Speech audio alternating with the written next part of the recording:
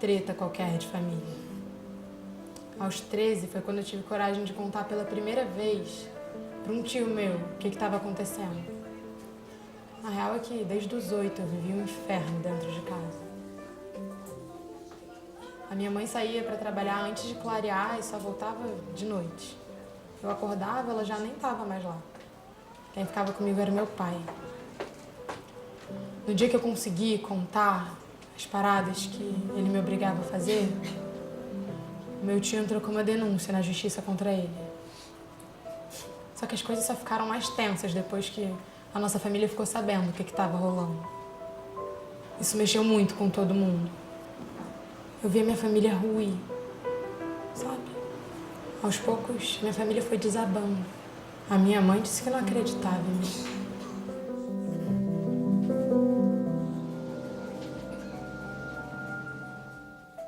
Logo assim que eu entrei no tribunal, eu fiz um curso de capacitação e já se falava na questão do depoimento especial.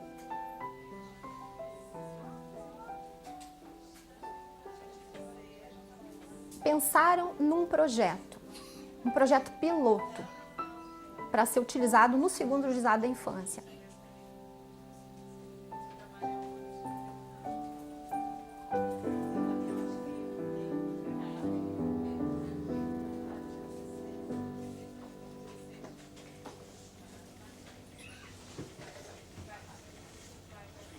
Então, primeiro vou me apresentar, meu nome é Áurea, eu sou psicóloga do Tribunal de Justiça e eu trabalho aqui conversando todos os dias com crianças e adolescentes que vêm aqui me contar alguma história.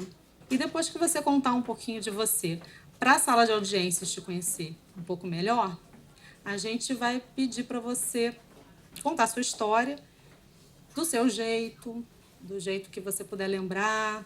Nós estamos aqui preparados para te ouvir. E você pode me contar a sua história o tempo que você precisar, né? E ao final da sua entrevista, a gente vai entrar em contato com a sala de audiências por esse ponto eletrônico ou pelo telefone. Então é importante que você lembre todos os detalhes, né? Porque, como eu sempre digo, a gente não estava lá, né? Quem viveu a situação foi você. E a gente gostaria de saber com todos os detalhes para a gente poder compreender a sua história.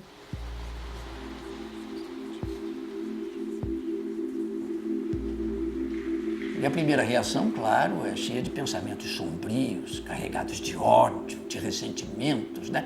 Até porque nesse caso, como na maioria dos casos, veio de uma pessoa próxima, pessoa que se valeu dessa proximidade para chegar perto da minha filha. Felizmente não foi um abuso consumado, não. Foi um abuso muito parcial. Mas mesmo assim, ele é muito violento. Nós tratamos de seguir os caminhos convencionais, de fazer o registro da queixa e depois tem que fazer aqueles exames de corpo de delito e tal. Mas eu vi que o sistema policial brasileiro, ele é muito lento nesse aspecto. Aí, enfim, eu me vali das minhas relações pessoais, de conhecer pessoas que conheciam delegados importantes da hierarquia da polícia, porque era inaceitável ver aquele cara solto por aí. Based on an allegation of child sex molestation and the arrest of a McMartin preschool teacher. Um dos casos mais notórios sobre técnicas inadequadas de coleta de testemunho de criança aconteceu na década de 80 nos Estados Unidos, no chamado caso da escola McMartin. A suspeita de abuso sexual cometido contra crianças pequenas pré-escolares, a partir de uma situação de exame clínico, enfim, médico, uma mãe suspeita, aonde técnicos que não são treinados nessas entrevistas científicas, talvez na melhor das suas intenções, passam a entrevistar essas crianças. E a gente vai observar que todos os quesitos de uma entrevista mal feita e altamente sugestiva foram utilizados. A técnica, por exemplo, baseada no que ela supõe que aconteceu com as crianças, olha, mas teus colegas me disseram que tal coisa aconteceu, vê o que tu te lembra sobre isso. A partir do uso dessas técnicas, um número expressivo de crianças passa a se lembrar de que aconteciam coisas terríveis nessa escola, cometidas pelos donos da escola em um professor. Coisas muito graves, como abuso sexual, uso de magia negra, em locais escusos, possíveis túneis que eram gravados no subsolo da escola. E todas as investigações que a polícia fez levaram a uma única conclusão, de que essas coisas não aconteceram. O mais grave ainda, pesquisadores, anos depois, isso aconteceu na década de 80, localizaram algumas dessas crianças que hoje são jovens adultos. Muitos desses jovens adultos hoje se lembram, como parte da sua história de vida, que foram abusados sexualmente quando frequentavam essa escola. E eu digo que o abuso sexual, ele é tão grave numa criança porque ele chega a marcar a alma daquela criança. Muitas vezes ela nem conseguiu compreender, assimilar o que aconteceu com ela. Basicamente, isso replica situações como aconteceu aqui no Brasil, na escola de base, agora recentemente em São Paulo, uma outra escola.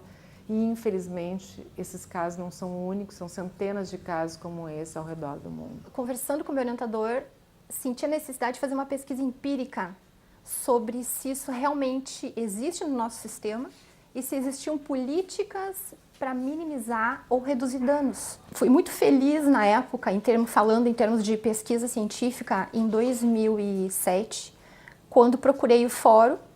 Já existia uma notícia de que existia um procedimento de minimização, de redução de danos no Foro Central, uma metodologia diferenciada para escutar essas crianças, quando fui apresentada para o Dr. Daltoé. Toda e qualquer pessoa é ouvida dentro de uma sala de audiência tradicional. O juiz, uma pessoa formal, já num andarzinho mais alto, até para criar uma subserviência entre a autoridade e a pessoa, ela ouve diretamente a pessoa. O juiz, o promotor de justiça, o advogado, o servidor da justiça tem que estar presente e algumas vezes o próprio réu presente na sala de audiência. É assim que se faz uma audiência. Aquilo se traduz uma grande forma de violência. Ali se produz a revitimização numa sala de audiências tradicional. E eu me recordo, eu já tinha passado isso em outras ocasiões no interior do estado, que eu vi uma menina muito pequenininha que tinha sido vítima de violência de um adolescente com quase 18 anos e foi um terror aquele momento, né? Porque aquela sala de audiência com tanta gente lá dentro, eu sem nenhuma capacitação para ouvir aquela criança. Bom, resultado, ela não falou nada, ela ficou apavorada e o adolescente acabou sendo absolvido. E daí eu disse assim, eu não faço mais desse jeito. Não faço mais desse jeito. Nós temos que encontrar uma outra forma de fazer isso.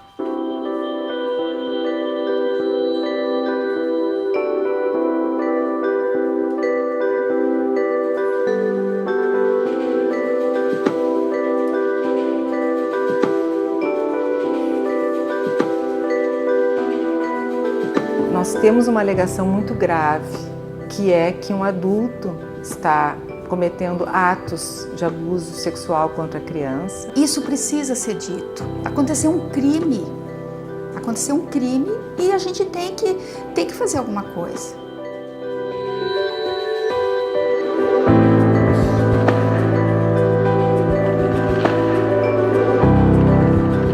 Frente a essa situação do trauma, de que maneira essa criança vai ser ouvida?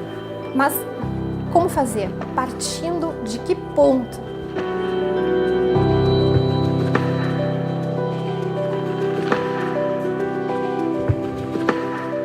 É o benefício que o depoimento traz, em vez de ser para a criança, é para o adulto. Seja lá o que for decidido, a favor ou contra, isso não pode ser feito sem um debate.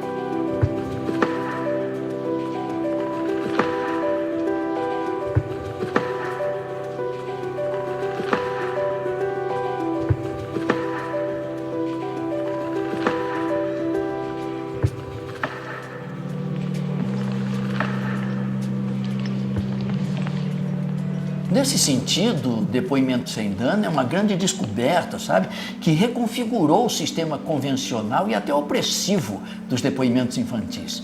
Eu que acompanhei a minha filha até o gabinete com a psicóloga. E o juiz teve a sensibilidade de que o réu não estivesse na sala de audiência na hora em que o depoimento dela fosse transmitido pelas câmeras. Ou seja, eu não queria, como vários pais, que esse homem sequer visse a imagem dela. Isso é uma reação paterna, não é uma coisa que está baseada em nenhum pressuposto legal. Eu não forcei em nenhum momento, mas, é claro, eu acompanhei tudo, conversando sempre com a minha mulher na ocasião, e ambas foram desenvolvendo uma conversa franca e desimpedida, de mãe para filha, onde a verdade foi aparecendo em todos os detalhes. Era mais aceitável ser coadjuvante nesse processo, mas, ao mesmo tempo, também muito presente. A função de nós dois, e a melhor coisa a fazer, era proteger a nossa filha num processo duro. É você enfrentar a verdade, você olhar nos olhos dela, né? E não tentar edulcorar, fazer simulacros, porque a criança precisa viver aquilo ali intensamente. O ideal seria que, se quando essa criança ela fosse ouvida, independentemente de onde ela fosse ouvida, num lugar que realmente soubessem ouvir essa criança. O Conselho Tutelar muitas vezes não sabe. Delegacia menos ainda, não tem nenhum cuidado de ter um espaço para que, ou pelo menos um espaço para ouvir essa criança. Justamente a criação do depoimento foi uma alternativa à audiência comum, porque pelo direito penal a criança é obrigada a falar. Por duas questões. Primeiro, que a criança tem direito a falar em processos que lhe dizem respeito. E segundo, porque o réu, o acusado, também ele tem direito de ouvir o que a criança fala sobre ele. Então, a criança ela é intimada a depor. Ouvir crianças e adolescentes no contexto de um processo judicial é uma tarefa complexa. Nós não temos uma formação adequada, nós indagamos as crianças ou os adultos da mesma maneira. Uma formação diferenciada, uma maneira de abordagem diferente, foi a perspectiva do depoimento sem dano, anteriormente denominado como tal, e agora depoimento especial. O Dr. Daltoé, juntamente com outros magistrados, em 2003, muito preocupados em proteger as vítimas, crianças e adolescentes, durante um processo judicial criminal de abuso sexual, ou mesmo testemunhas, não só aquelas vítimas, mas as crianças e adolescentes testemunhas de algum crime também sexual. Verificando o constrangimento das crianças de prestarem depoimento diretamente a ele, né? Que é um juiz, é um homem, né? Muitas vezes a vítima de abuso sexual, ela foi vítima por um homem, e aí aquilo acaba sendo um constrangimento para ela. Ele teve a ideia de que ela não fosse ouvida ali na sala com ele. Pensaram numa sala especial, utilizando ponto eletrônico, vídeo, áudio, uma forma diferenciada de escutar a criança. E a partir daí, então, em 2003, os juízes resolveram colocar em prática esse trabalho, né? Não se tinha uma ideia de como fazer isso, porque também não se sabia em que lugares isso existia. Naquela época, estavam começando a ser instaladas nas casas, nos edifícios, o que é muito comum hoje, essas câmeras de segurança. Daí eu fui atrás de ver quanto é que custava essa câmera de segurança. Daí eu comprei uma, o promotor entrou com um gravador e nós montamos um pequeno equipamento que era muito ruim na ocasião, mas na primeira audiência que nós fizemos já demonstrou que era muito melhor do que aquele sistema tradicional. Os esforços que estão sendo feitos pelo nosso judiciário no sentido de fazer um movimento que eu reconheço como um movimento muito salutar, que é tirar a criança da sala de audiência. Já é um primeiro passo. Porque qualquer um de nós, na verdade, deveria tirar todas as testemunhas e vítimas da sala de audiência. A partir de um determinado momento, criamos uma outra sala, ligada por vídeo e áudio à sala de audiência, onde nós acompanhamos essa escuta. Uma tela de TV, onde todas as pessoas ali vão assistir a criança, vão assistir o seu depoimento, mas ela não vai estar presente de corpo naquela sala, ela vai estar numa outra sala, a sala especial de depoimento. Na sala especial de depoimento, é só ela e a pessoa, a integrante da equipe multidisciplinar que estarão. E ela sabe que é uma televisão que está na sala de audiência e que só vai passar o que ela está conversando comigo naquela televisão. Porque essa é uma entrevista que vai fazer um registro do que foi dito pela criança, exatamente o que foi dito pela criança, e a forma como foi questionado. E começa aquela conversa, que é muito diferente. Eu não pergunto, isso aconteceu. A técnica diz, por favor, vamos ver que tem alguma coisa para nos contar, deixa um relato livre e que a criança fala com as suas palavras e não responde sim ou não, ou foi. Aí meu pai começou a me ameaçar por eu ter contado sobre todas as vezes que ele me assistiu tomar banho, que ele mexeu no meu corpo, que ele me obrigou a colocar a boca no pinto dele. Eu ouvi que ia ser feita de estrogonofe se levasse o caso pra frente. Mas eu fui. Chegando lá, eu até fui bem atendida. A psicóloga que ficou comigo era super gente boa. Mas foi horrível. Eu não conseguia falar nada com nada, sabe?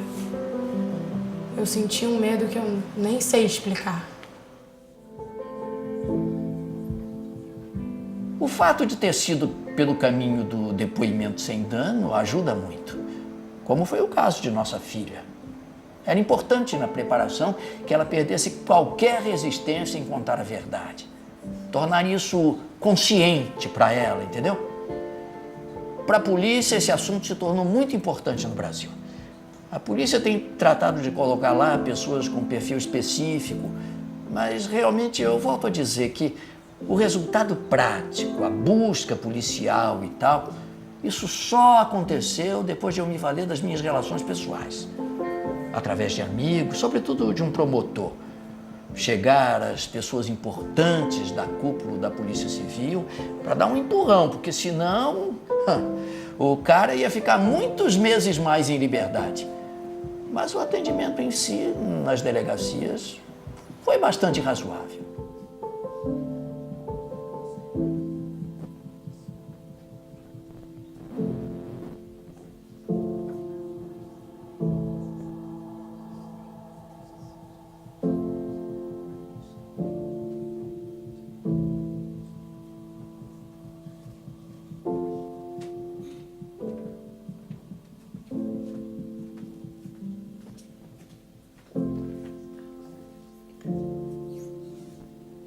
A nossa sala ela foi montada, né, com cores assim, amenas, para que a criança se sinta à vontade, tranquila.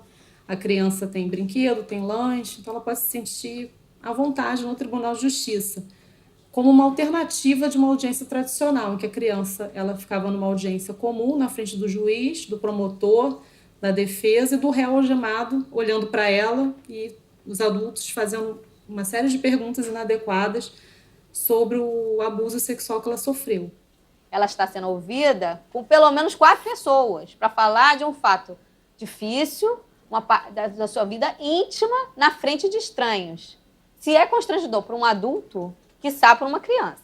Baseado nesse arcabouço científico de como a memória funciona, como a memória das crianças funciona, como é a interação entre duas pessoas que estão conversando a respeito de alguma coisa, uma entrevista, existem técnicas científicas que foram desenvolvidas que vão nos levar a uma condição em que eu posso ajudar, no caso essa criança, a produzir o que talvez seja a única evidência que possa, de fato, levar, por exemplo, à responsabilização de alguém que esteja cometendo violência contra ela. Todas essas entrevistas investigativas, inclusive o protocolo NICHD, eles seguem esses pressupostos. Um acolhimento inicial, o depoimento propriamente dito e um acolhimento final. Que a criança precisa se sentir confortável, ela precisa entender o que ela está fazendo ali e quais são, digamos assim, entre aspas, as regras dessa conversa.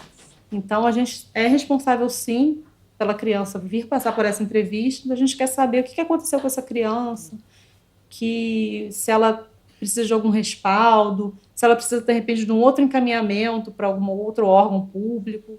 E a minha atitude como entrevistadora é fundamental. Porque quem sabe, quem manda nessa entrevista não sou eu, é a criança. E isso, na nossa experiência, é a parte mais difícil de traduzir na capacitação desses técnicos. Um profissional que pode ver como é que ela se encontra naquela fase, né, naquele momento, ela, a família, como é que a família está gerenciando tudo isso que aconteceu, principalmente quando é abuso intrafamiliar, né, que a criança acaba sendo muitas vezes vista como a responsável, né, pelos conflitos familiares, porque ela revelou o que estava acontecendo. Então, a gente tem que trabalhar com a criança nesse momento, de mostrar que ela não é responsável por isso. Muitas vezes a gente vê o que a gente chamaria de denúncia como verdade. Na medida que surge uma alegação de um possível abuso sexual contra uma criança, já toda a rede assume que isso aconteceu. E isso tem efeitos deletérios para todos os lados. Porque, infelizmente, ainda o que a ciência dessa área da psicologia do testemunho tem nos mostrado, que a interpretação do desenho da criança, que a interpretação do brincar da criança, não são indícios confiáveis de representações fidedignas da sua memória. Se a gente tinha certeza de que houve realmente abuso, é preciso observar uma série de reações que são escalonadas e não são lineares. São cheias de vais e vens. No primeiro momento, você recebe o choque, é claro, que assim você tenta minimizar. Quer dizer, imaginando em que medida não está sendo exagerado, porque seria muito melhor que fosse uma fantasia e não tivesse acontecido. Mas, na medida em que ela tomou a iniciativa, desde o primeiro momento, a gente acreditou profundamente nela. E na medida em que ela foi falando, a gente foi montando o quebra-cabeça dos momentos em que esse sujeito esteve sozinho com ela, que foram muito poucos, mas onde ele foi muito rápido no gatilho. Aliás, essa expressão é complicada de usar, né? Mas o gatilho está associado à violência, né?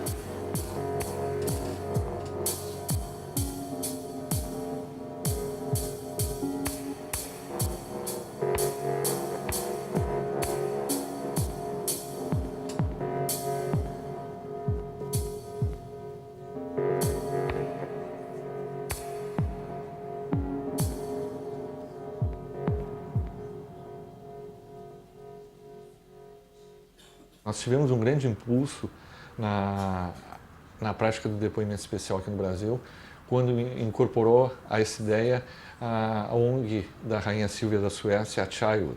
É uma ONG internacional e ela foi criada para ações de políticas públicas em relação a crianças vítimas de abuso sexual. E eu acho que isso foi o avanço, assim, né? Deixou de ser uma coisa também só daqui do Rio Grande do Sul, né, para que a Child pudesse ampliar essa capacitação, que é uma coisa que a gente aqui já não tinha mais condições de fazer, né, porque isso tomou uma proporção que só uma organização não governamental tem condições de fazer. Desde então, eles têm investido muito esforço e também dinheiro para validar os protocolos acadêmicos que existem no exterior.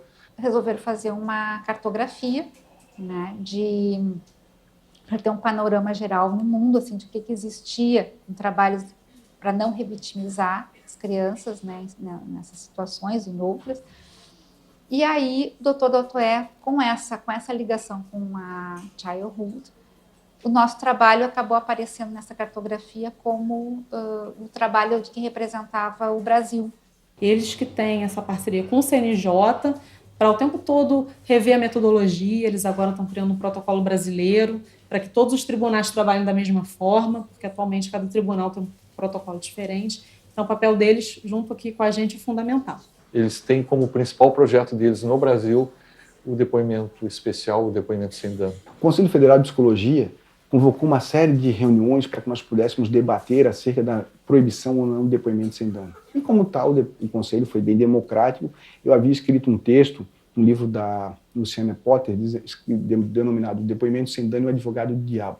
Nesse depoimento, nesse texto, eu alegava que, de fato, nós tínhamos uma confusão muito grande, que a prova não era isso e que tinha umas dificuldades próprias do então depoimento sem dano. A Childhood, e depois junto com o Unicef e com apoio do CNJ, já estavam na prática instituindo as salas. Então era um procedimento que nós estamos achando que era colocar os bois adiante da carroça. né? Porque nem se tinha um debate, o CONANDA nem havia se pronunciado, nem tinha uma discussão, e as salas já estavam sendo implementadas. Ia ser muito mais difícil depois fazer essa discussão com essas salas já implantadas pelo Brasil inteiro. Inclusive, mais recentemente, estavam cursos de formação dos técnicos que iam participar à distância. Já nos anos 2000 e tanto, apareceu pela primeira vez nessa reunião uma discussão sobre a escuta que era constituída no âmbito de uma psicologia jurídica, de uma psicologia que fazia interface com a justiça. E a gente viu que algumas salas de depoimento sem dano estavam sendo patrocinadas, financiadas pela própria Secretaria de Direitos Humanos, que é que acolhe o Conselho Nacional da Criança. Naquele momento, percebeu-se a necessidade de construir uma resolução específica para tal. E na época abriu uma discussão, uma preocupação que era importante, porque para que então deveria ser usado? Para que efetivamente foi criado, né, um instrumento como esse, assim, defendendo o direito de quem? Na verdade, o que está por trás de toda essa discussão é: quem é você, psicologia, ou quem são vocês, psicólogos, que vêm agora dizer de que modo nós fazemos operar as instituições judiciais, né? Vocês que chegaram tão tardiamente nessa discussão, que estatuto de poder vocês têm para dizer o que pode ou o que não pode dentro de um campo de justiça? Quando nós começamos essa discussão, o primeiro tema foi a diferença que se colocava entre o que era um depoimento e o que era um testemunho. Está colocada uma questão ética, né, e que eu tenho certeza que, enquanto psicóloga, meu papel não é colocar pessoas na cadeia. A grande questão é se, ao transformarmos a nossa escuta numa escuta inquiridora, se nós deixamos o lugar de profissionais psicólogos e passamos a ocupar o lugar de profissionais de polícia. E em relação a isso, eu acho que a psicologia tem muito a se perguntar.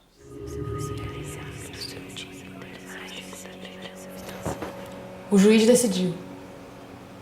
Meu pai não pegou cadeia, não. O juiz ainda tinha escrito que era para eu voltar para casa junto com meus responsáveis. Voltar para casa do meu pai, que abusou de mim, da minha mãe, que acreditava nele. Sei lá, na real, acho que nem eu ia acreditar naquelas coisas que eu tava dizendo. Mas eu pensei que eles pudessem achar a verdade mesmo que eu me mostrasse confusa, sabe? Pensei que, independente de mim, eles iam chegar lá.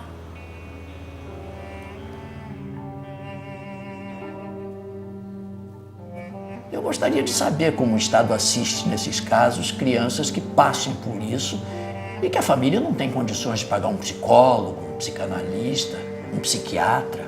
Nós tomamos a iniciativa de que ela frequentasse algumas sessões de terapia com uma terapeuta especializada em psicoterapia infantil, uma pessoa afetiva, amorosa, preparada, e acho que foi muito bom assim. Foram vários meses e mesmo que de certa forma haja segredo profissional, de alguma maneira o profissional tem que relatar aos pais. Isso é parte do processo. E o que a gente acompanhou foi bem positivo. Isso é indispensável.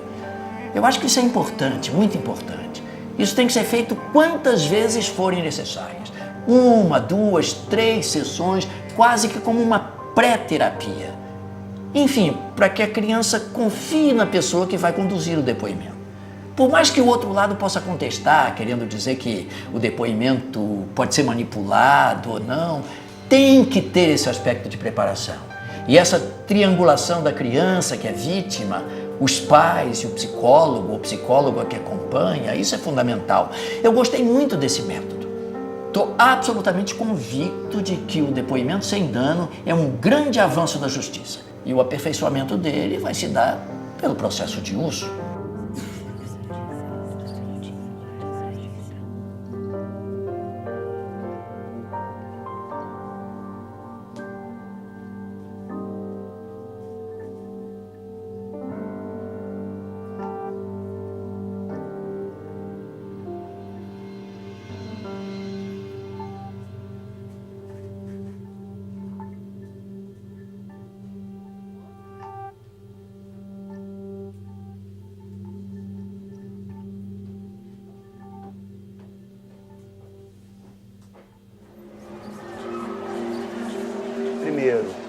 se nós queremos ocupar esse lugar de polícia, né? O lugar de polícia no sentido de aquele que vai extrair do outro uma verdade que vai servir para compor a verdade dos fatos, ou se nós vamos continuar a partir da ideia de que o nosso campo de trabalho ele é um campo marcado pela produção da subjetividade e que dentro da discussão da produção de subjetividade cabe uma outra noção de verdade que não é exatamente a verdade que interessa para uma inquirição policial.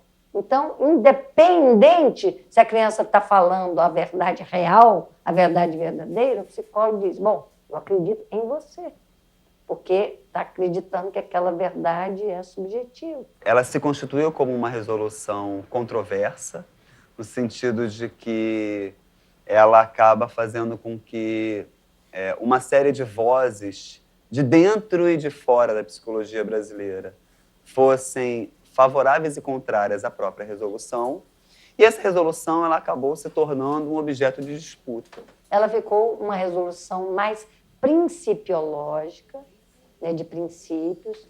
Ela não impede que o juiz convoque a criança, porque não pode impedir, e também não pode dizer se o psicólogo pode ou não tomar o depoimento da criança. Isso é uma questão dos conselhos profissionais, mas ela diz muito claramente os princípios que devem reger a escuta, o atendimento da criança na rede de proteção e no sistema de garantia de direitos. E não era só, então, estar a favor ou estar contra, mas era baseado em que elementos, em que dispositivos, enfim, em que critérios para poder se pensar a prática ética do psicólogo.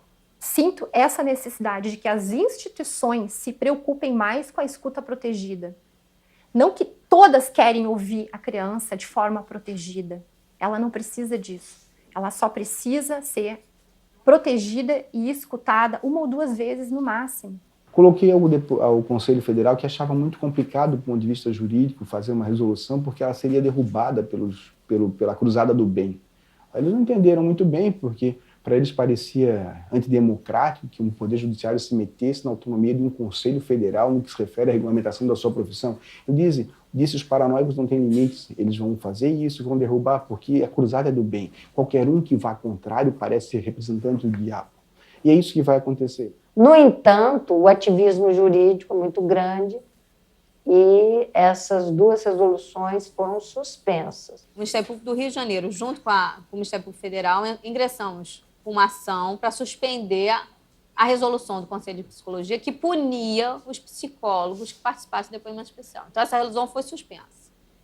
E aí, depois que a gente conseguiu suspender, a gente conseguiu implantar aqui em Madureira e no centro da cidade as salas de depoimento especial. Independente se ela deve permanecer ou se ela deve não mais permanecer, o que fica de importante para nós é que esse tema é um tema que incomoda.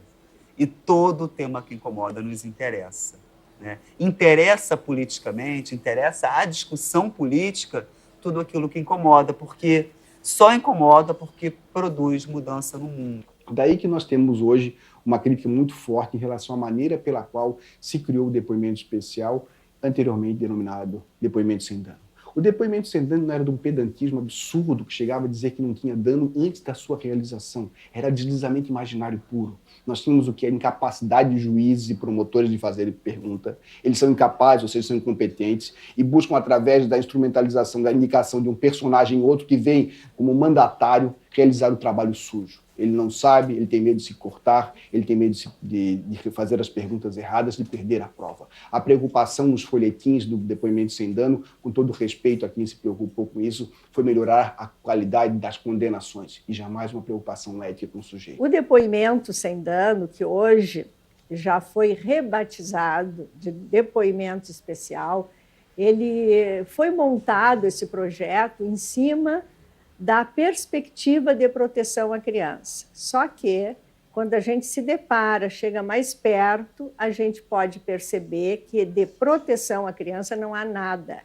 O que há é um benefício para o magistrado, que ele tendo arrancado da criança algum elemento que favoreça a condenação, ele vai elevar o índice de condenações. Há realmente uma necessidade desse depoimento da criança ser tomado numa audiência, ou esse depoimento poderia ser substituído por uma perícia feita por um profissional da área da psicologia ou da psiquiatria? O problema disso é que quando nós imaginamos, nós indagamos sobre alguma coisa, a forma pela qual nós indagamos pode significar já a perda de qualquer pergunta, de qualquer resposta. Isso é muito trabalhado no que se refere às falsas memórias, que é hoje reconhecida, o poder da sugestão, a maneira como nós perguntamos. E ainda mais se a criança realmente está traumatizada, porque ela foi vítima de violência, nós, como psicólogos, sabemos que às vezes demora. A criança tem que ter o tempo, né? Ela tem que se respeitar os silêncios, tem que respeitar as hesitações, tem que se respeitar o sofrimento da criança. Passado tanto tempo, é importante saber o que aconteceu com a vida dessas pessoas. Quem foi preso, quem não foi, quem passou a sustentar a família, o que isso causou na vida das pessoas, teve dano, não teve dano. Essa memória, por exemplo, de um abuso sexual que não aconteceu, vai fazer parte da história de vida dessa criança e vai impactar todo o desenvolvimento dela. Réu condenado e a criança? Alguém sabe o que aconteceu com aquela criança que passou pelo depoimento sem dano? Onde ela está? Com quem ela está morando? Quem está protegendo? Parece que isso deixa de ter importância quando o foco é a extração da prova. Aí não tinha mais como eu voltar para aquela casa. A minha mãe mesmo dizia que não tinha mais clima para eu ficar ali. Ela disse que podia me ajudar, me emancipando, me ajudar a arranjar emprego, casa, essas coisas. Aí eu fui embora. Fiquei um tempo na casa das minhas amigas. Depois eu fui pra rua. Só que eu não aguentei, não. Aí eu pedi ajuda pra um amigo meu, que me levou pra casa da tia dele, que morava sozinha, a Kátia. Só que antes de eu ir pra casa dela, nesse tempo, eu peguei barriga. Hoje a minha filha tá com 10 meses. É linda ela, Daniele. Em função desse imbróglio todo, porque a coisa ficou muito polarizada, né?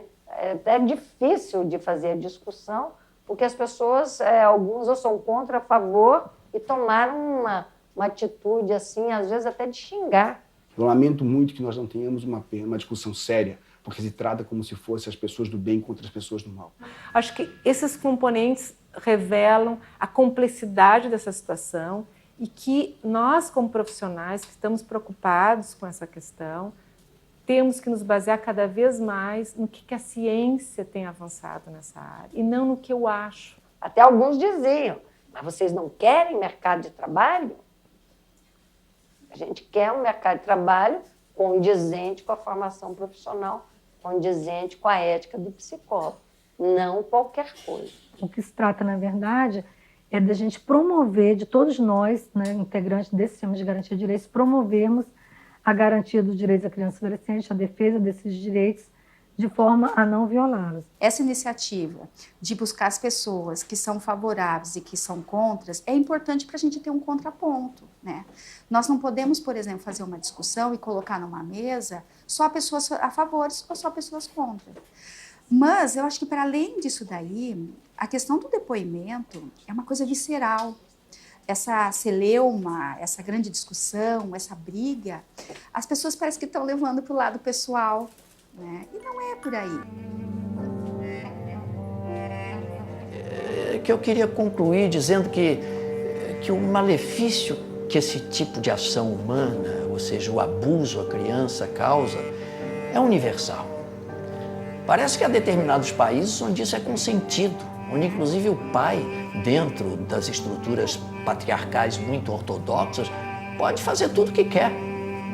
Pais, às vezes tios, e às vezes inclusive quem faz a queixa nesse tipo de sociedade patriarcalista, machista, é punido e desacreditado, sobretudo as mulheres, as meninas, as adolescentes.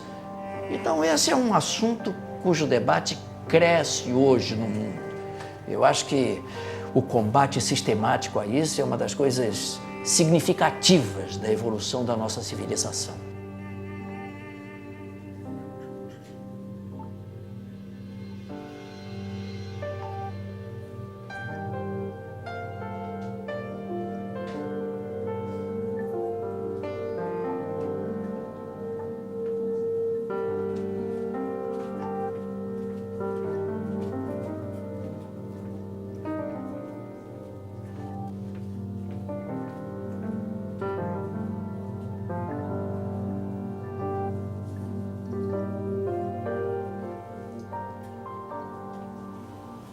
A vida às vezes prega uma com a gente, né? Não é que depois disso tudo eu voltei para casa dos meus pais? Mas eu voltei para cuidar da minha filha. Só por ela. Só porque eu preciso cuidar dela. Coisa que ninguém fez por mim.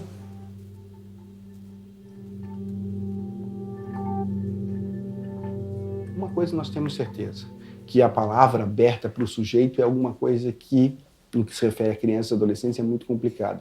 Existe a possibilidade de entrevistas cognitivas, existe a possibilidade de outros mecanismos de abordagem, mas todos eles se dão a partir de uma postura ética daquele que se coloca como responsável por essa aproximação. A verdadeira inquirição é que o judiciário não abre mão em nome da produção da prova. Por que não fazer uma avaliação psicológica com a criança? Certamente uma avaliação que não vai se resumir num dia só, vai permitir que se extraia dali grandes verdades, não é? Para que possam ser trabalhadas. E a outra questão que eu também me questiono é por que não se avalia o abusador? Por que o abusador ele fica intocável? O que eu entendo é que nós não devamos fechar a porta e dizer, não, não vamos fazer. Não. Vamos sentar e vamos pensar alguma forma, então, que pode se melhorar. Já está conseguindo esse tema levantar dúvidas, levantar questionamentos, que num primeiro momento parecia que seria impossível alguém questionar esse procedimento, esse método, mas hoje, felizmente, a gente já ouve vozes que refletiram mais, que estudaram, que pesquisaram, e que hoje podem nos mostrar efetivamente os prejuízos dessa inquirição judicial. Não é somente o fato de existir uma proposta de um depoimento sem dano, ou uma escuta especial, ou um depoimento especial, que isso vai implicar na garantia, na proteção integral dos direitos de crianças e adolescentes. Acho que a gente precisa ouvir todos os envolvidos nessa questão, ter um posicionamento tirado a partir do consenso, não a partir da imposição. Em nome do bem se pratica também muito mal, né? Então tem que se discutir também. Que noção é essa de bem, que noção é essa de proteção? Em nome da proteção se faz o quê com as crianças, com as famílias? Colocam elas nessas e nas outras situações? Quais é essa a melhor forma de proteger?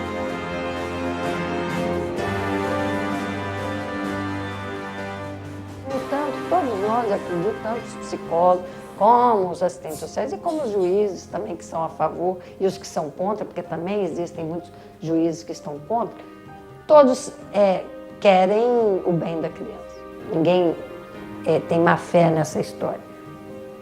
Mas o que é o bem da criança?